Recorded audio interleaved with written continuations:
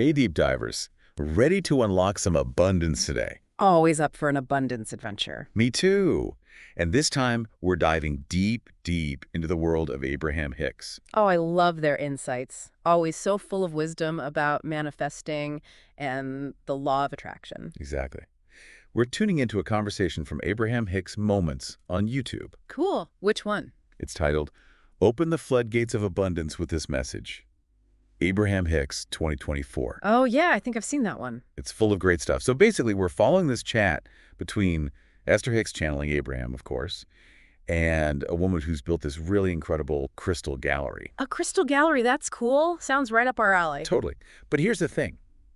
She feels kind of stuck, like she's this close to some major breakthrough, but something's holding her back.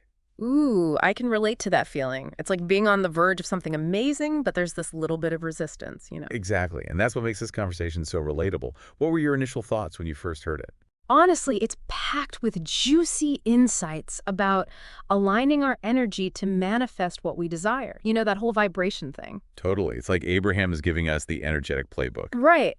And what really struck me was that this woman, she's already successful. She has this thriving crystal gallery. Right. But she's still feeling stuck. Which I think speaks volumes, right? Absolutely. It shows us that manifestation isn't just a one-time thing, like, okay, I manifested my dream, I'm done. It's an ongoing process. A constant dance with the universe. I like that, a dance, because it's about finding that flow, that alignment. So speaking of alignment, one of the things Abraham talks about is calibration. What's your take on that? Okay, so imagine a radio dial. You know how you have to fine-tune it to get that perfect, clear signal from your favorite station? Yeah. It's the same with manifesting. The universe is always broadcasting abundance, always. Always tuned in, right? But we have to calibrate our energy, our vibration to receive it. It's like if your dial's a bit off, you're going to get static instead of that awesome music.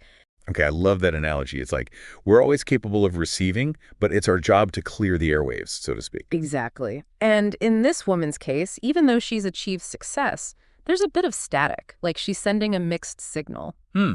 Interesting. What's causing that static? Is it like self-doubt creeping in?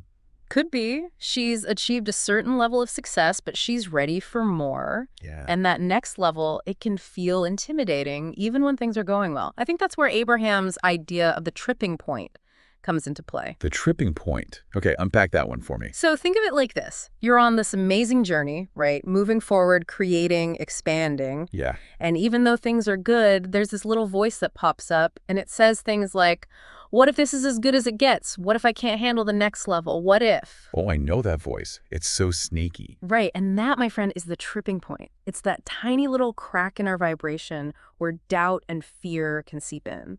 It's like that saying, right when you're about to succeed, self-doubt says, look what you're about to mess up. Something like that. And it's important to remember it's not about something being wrong with us. Right. It's just part of the human experience, wanting to grow and expand, but sometimes feeling afraid of what that expansion might bring. Makes sense. So in this woman's case, what's making her hesitate at this tripping point? Well, she voices this concern about selling her high-end crystals. Like, will there be enough buyers? So it's like a fear of abundance almost. Like she can't quite believe that the universe could provide that level of success. Yeah. It's a subtle doubt. She might not even realize it's affecting her energy, but it's like this low hum in the background. And that low hum, that doubt, could be what's keeping those high-end buyers away, right? Exactly. It's like she's putting up this invisible barrier, this energetic filter that's preventing the very thing she wants from showing up. Wow. So what she's focusing on, even unintentionally, is actually blocking the abundance she's trying to manifest. And it all comes back to understanding the law of attraction, which can be so powerful when we really grasp it.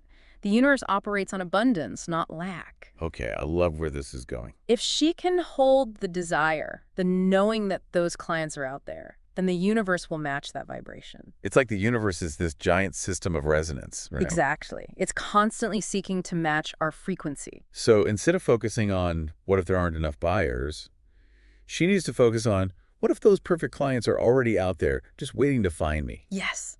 It's a subtle shift in perspective, but it makes all the difference in our vibration, which in turn influences what we attract. This is already blowing my mind. It's like we have so much more control over our reality than we realize. We really do. And it's not just about our own energy, but also how we interact with the energy of others. Oh, right. Abraham talks about wonky calibrations, right? Yeah.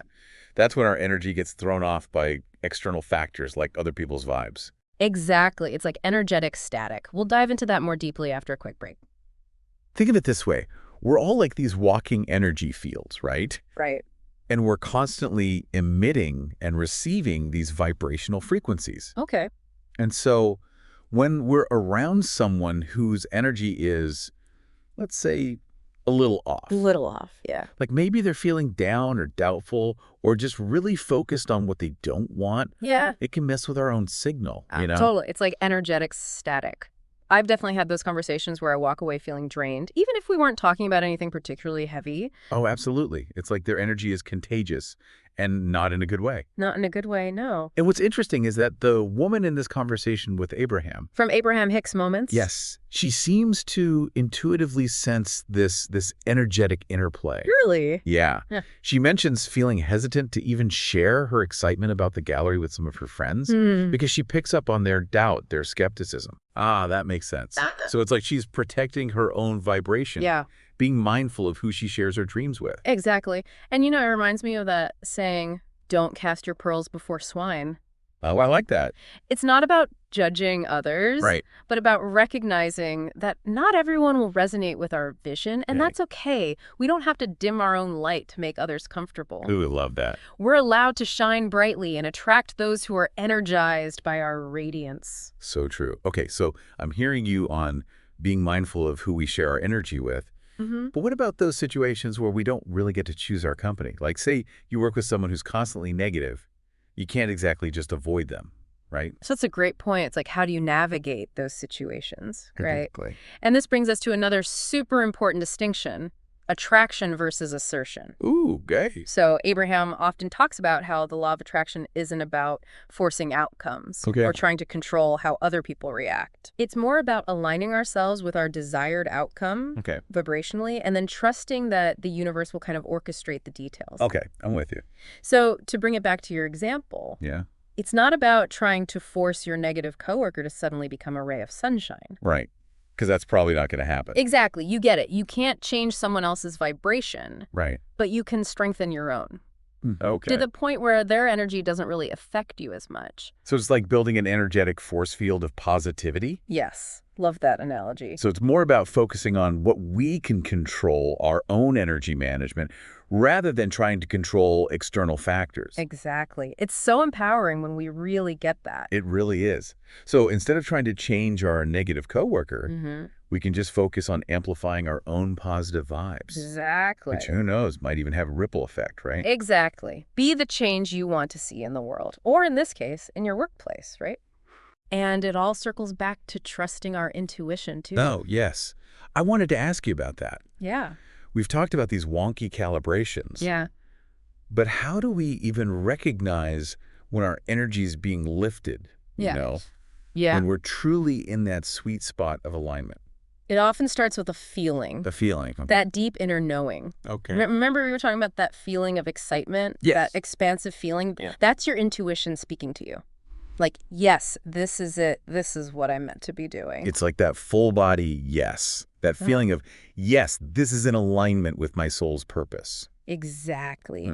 And when we're in that state of alignment, we become magnetic Oh, how so? to the people and opportunities that match our frequency. It's like the universe is saying, I hear you, and I'm sending you what you need. Yes, exactly. And that's where the real magic of allowing comes in. Allowing. Like surrendering control a little bit. Oh, yeah. Trusting that the universe has this grand plan. Which can be tough sometimes. Oh, I know. Especially when we want to control everything. It's a process for sure. It's that whole let go and let God kind of thing. Exactly. No. It's recognizing that we're co-creating with something much bigger than ourselves. Okay. We set our intentions, we take inspired action, Yeah. we align our energy, and then we surrender the how and the when The universe. to that higher power. Exactly. Easier said than done. Yeah.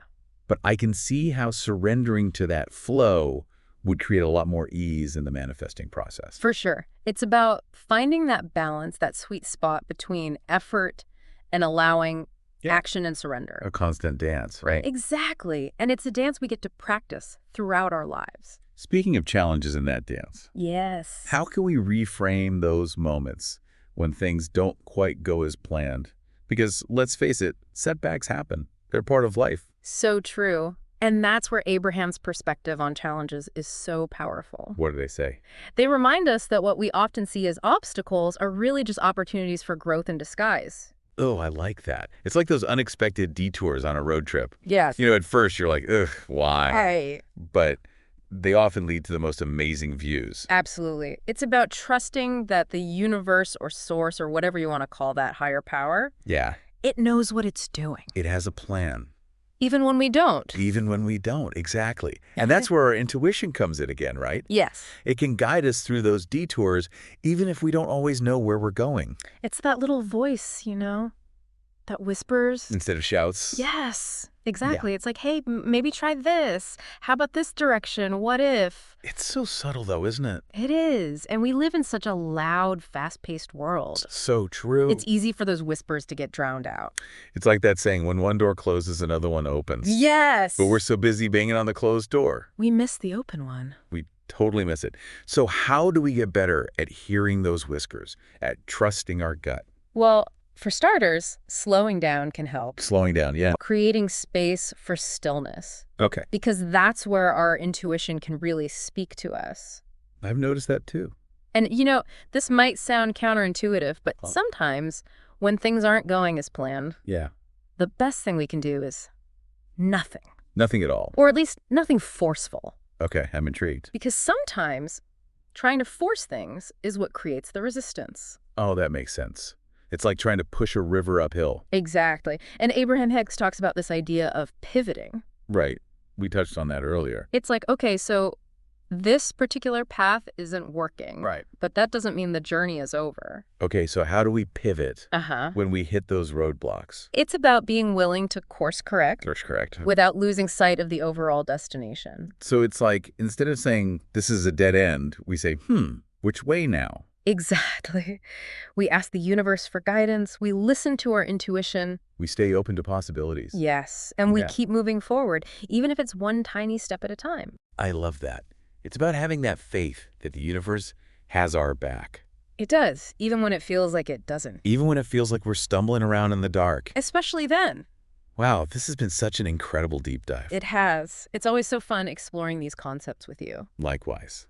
And to all our deep divers out there, thank you for joining us on this amazing journey into the world of Abraham Hicks. We hope you've gained some valuable insights about manifesting. About trusting your intuition. And about navigating those inevitable challenges. Because remember, those challenges, they're just opportunities for growth in disguise. So true. So keep those vibrations high, deep divers. And those manifestations flowing. Until next time.